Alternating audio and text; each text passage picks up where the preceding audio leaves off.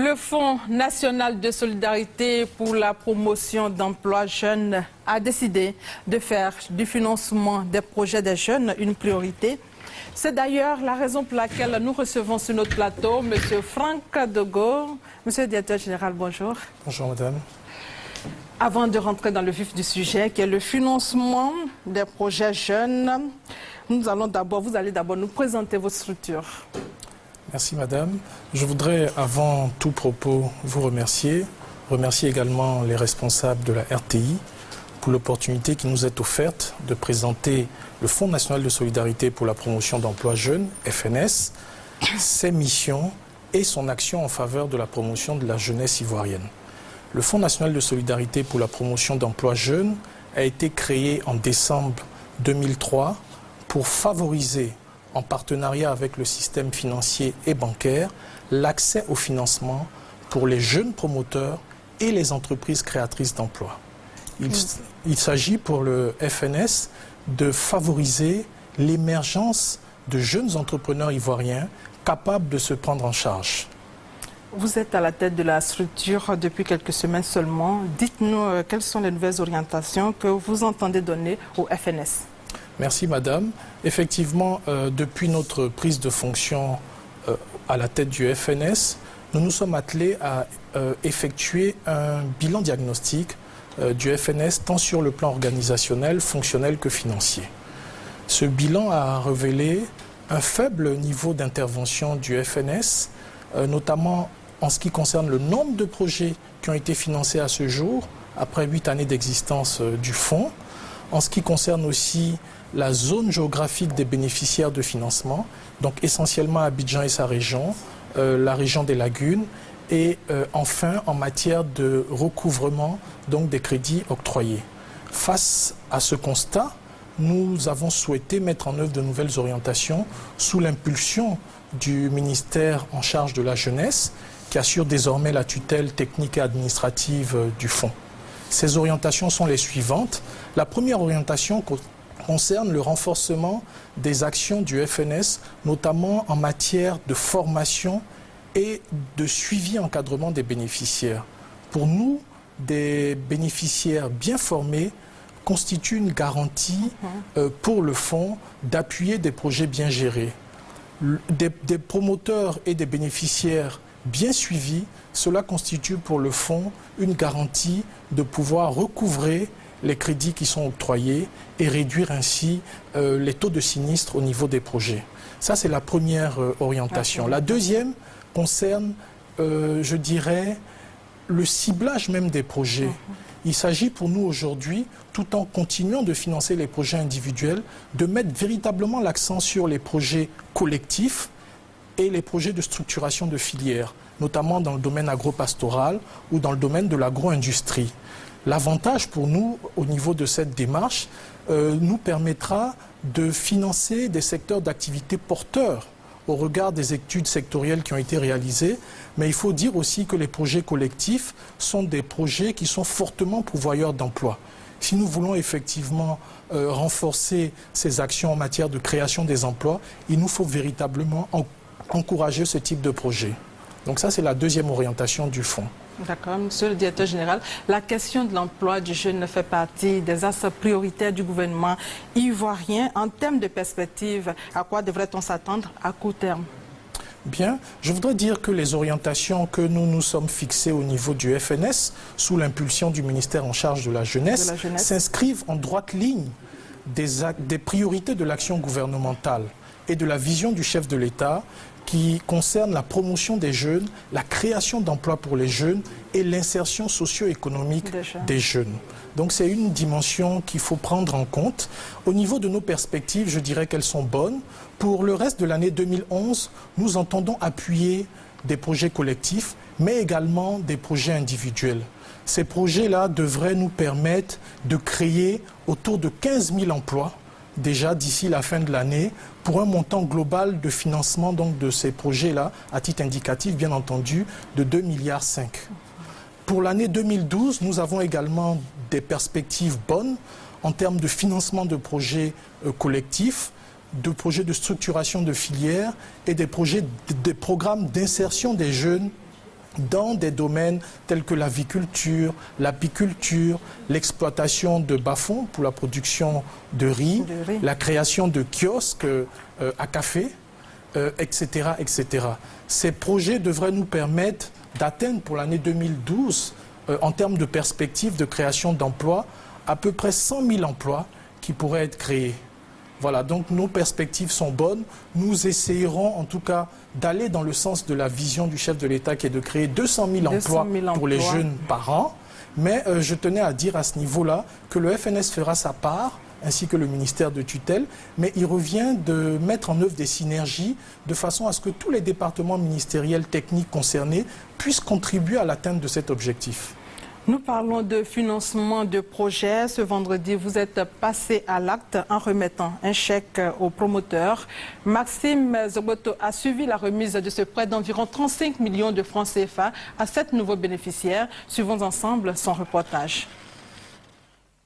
Ces 7 jeunes promoteurs ivoiriens dont les projets ont été jugés viables par le Fonds national de solidarité, FNS, ont reçu des chèques allant de 2 653 000 à 7 millions de francs CFA d'une structure bancaire de la place, partenaire du FNS.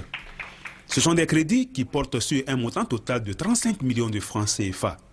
Cette action est pour le ministre de la Promotion de la Jeunesse et du Service civique, Alain Lobognon, le signe de l'effort de l'État et de ses partenaires à favoriser l'implication des jeunes dans la création de richesses nationales. C'est un rendez-vous que nous prenons avec les jeunes de Côte d'Ivoire en leur disant aujourd'hui qu'ils peuvent venir s'adresser au FNS. Le FNS a des partenaires techniques qui sont les banques. L'argent est disponible. Nous attendons maintenant des projets fiables. Les projets concernés par le présent financement portent sur la création de plus de 200 emplois. Vous venez de suivre, monsieur le directeur général, cet élément de Maxime Zoboto. Quel commentaire cela vous inspire ? Merci beaucoup pour ce reportage. Effectivement, nous avons procédé vendredi dernier à la remise de chèques à 7 promoteurs bénéficiaires du Fonds national de solidarité, en partenariat avec la Banque régionale de solidarité, qui est un des partenaires donc, du FNS. Il s'agissait pour nous de remettre des chèques à des promoteurs qui ont des projets d'activité que nous avons jugés viables, et ces projets-là devraient permettre la création de 200 emplois directs et indirects. Monsieur le directeur, je veux savoir quelles sont les conditions pour bénéficier d'un financement. Merci madame. Ce qu'il faut savoir, c'est que le Fonds national de solidarité appuie tous les secteurs d'activité. Tous les secteurs d'activité sont éligibles au FNS, notamment le commerce, l'industrie, les services, l'agriculture, les télécommunications et les transports. À condition, bien entendu, que les activités puissent présenter, je dirais, une viabilité économique et financière. Alors, quelles sont les conditions minimales pour accéder au fonds? Il faut être ivoirien, être majeur, âgé de 21 ans au moins, et de 40 ans en plus, et disposer donc d'un plan d'affaires. Comment se fait le suivi du prêt pour être sûr qu'il est destiné au projet pour lequel l'emprunt a été fait? Merci beaucoup. La question donc du suivi des promoteurs financés est une question essentielle parce qu'il s'agit de deniers publics. Donc notre responsabilité, c'est de faire en sorte que nous puissions recouvrer les crédits consentis de façon à ce que le plus grand nombre de jeunes puissent en bénéficier. À ce niveau-là, nous avons souhaité renforcer nos actions et la nouveauté, c'est que nous allons désormais conclure une convention de suivi avec les promoteurs bénéficiaires de financement du fonds, en liaison avec les centres de gestion agréés que nous aurions sélectionnés au préalable, de façon à ce que, en liaison également avec la banque partenaire, nous puissions assurer un suivi conjoint des bénéficiaires de financement. On va parler un peu des étapes. Quelles sont les différentes étapes pour avoir accès au fonds? Merci. Alors, il s'agit d'un parcours, mais je peux vous rassurer à ce niveau-là, ce n'est pas un parcours du combattant, mais c'est tout de même un parcours avec plusieurs étapes. Je dirais, à mon sens, la première étape, c'est pour le jeune promoteur, le porteur de projet, de s'informer auprès du FNS des conditions d'accès au financement. À ce niveau-là, il peut passer voir un chargé d'accueil et d'orientation pour avoir toutes les informations sur les conditions d'éligibilité, mais également sur les documents techniques et administratifs qu'il devra soumettre en appui à sa demande de financement. Ensuite, la deuxième étape, c'est de préparer effectivement le dossier de financement qui devra comprendre les documents techniques et administratifs ainsi que le plan d'affaires ou l'étude de faisabilité si vous préférez. La troisième étape consistera à se mettre en rapport avec le chargé de financement pour une instruction préliminaire du dossier. Il s'agira au cours de cette étape de vérifier, je dirais, la viabilité du projet et les motivations même de l'entrepreneur. Une fois que cette étape est accomplie, il y a deux comités ensuite qui se mettent en œuvre au niveau du FNS, le comité de sélection des projets et ensuite le comité donc, de crédit. Une fois que le FNS a réalisé une étude approfondie du projet, notamment sur le plan technique, sur le plan financier, sur le plan même de l'étude de marché, nous pouvons à ce moment-là soumettre les projets qui auront été définitivement validés à la banque partenaire avec la garantie du FNS en appui. Trop d'étapes à franchir. Combien de temps mettez-vous donc pour traiter un dossier alors? Alors, je dirais que tout dépend de la nature du projet et de la qualité même du projet et de l'étude de faisabilité qui est faite. Nous nous sommes fixés un délai maximum de 3 mois, mais bien entendu, lorsque le projet est bien ficelé, les choses peuvent aller plus rapidement. Notre objectif, ce n'est pas de rejeter les projets, c'est vraiment dans une interaction avec le promoteur, permettre à ce dernier de pouvoir corriger les faiblesses qui auront été identifiées pour son projet et lui permettre effectivement de pouvoir améliorer l'étude de faisabilité de façon à ce que son projet soit finalement viable et éligible au financement du FNS. Monsieur le directeur général, pour terminer, à quoi s'exposent ceux qui ne rembourseront pas leurs emprunts? Écoutez, ils s'exposent aux dispositions prévues dans le cadre des différentes conventions que nous allons signer avec eux. Il y a la convention de suivi dont je vous parlais, mais également il y a la convention tripartite de financement en liaison avec la banque partenaire.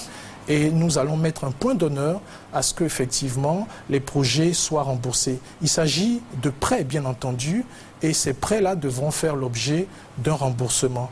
Nous travaillons également aussi avec l'agent judiciaire du Trésor et les huissiers du Trésor, de sorte à ce que toutes les dispositions soient prises pour que le FNS puisse rentrer dans ses fonds. Quel message maintenant à l'endroit des jeunes en quête d'emploi? Merci beaucoup. Je voudrais lancer un message d'espoir aux jeunes. Vous savez qu'on sort d'une crise longue et importante qui a fait ressortir les besoins et les attentes de la jeunesse ivoirienne. Cette jeunesse qui n'a pas de repères, qui a des difficultés de trouver un emploi, il faut qu'on leur dise que la fonction publique ne peut pas absorber toutes les personnes qui sont à la recherche d'un emploi. L'État a la responsabilité de mettre en œuvre, en liaison avec le secteur privé, de créer les conditions de création d'emplois pour les jeunes, les conditions même d'insertion socio-économique des jeunes. Donc l'appel que nous leur lançons, c'est de leur dire que le Fonds national de solidarité est à leur disposition. Ils peuvent venir auprès de nous pour avoir tous les renseignements utiles, de sorte à ce qu'ils puissent nous soumettre des projets intéressants que nous puissions financer et contribuer ainsi à la réalisation donc, de l'atteinte de l'objectif de créer suffisamment d'emplois en faveur des jeunes dans notre pays. Merci, monsieur le directeur général. Merci. C'était le Dimanche Magazine. Nous recevions sur notre plateau monsieur Franck Dogo, directeur général du FNS, le Fonds national de solidarité pour la promotion d'emplois jeunes. Il nous a donné plus de détails sur le financement des projets des jeunes Ivoiriens âgés de 21 à 40 ans. Merci de nous avoir suivis et merci encore de votre fidélité.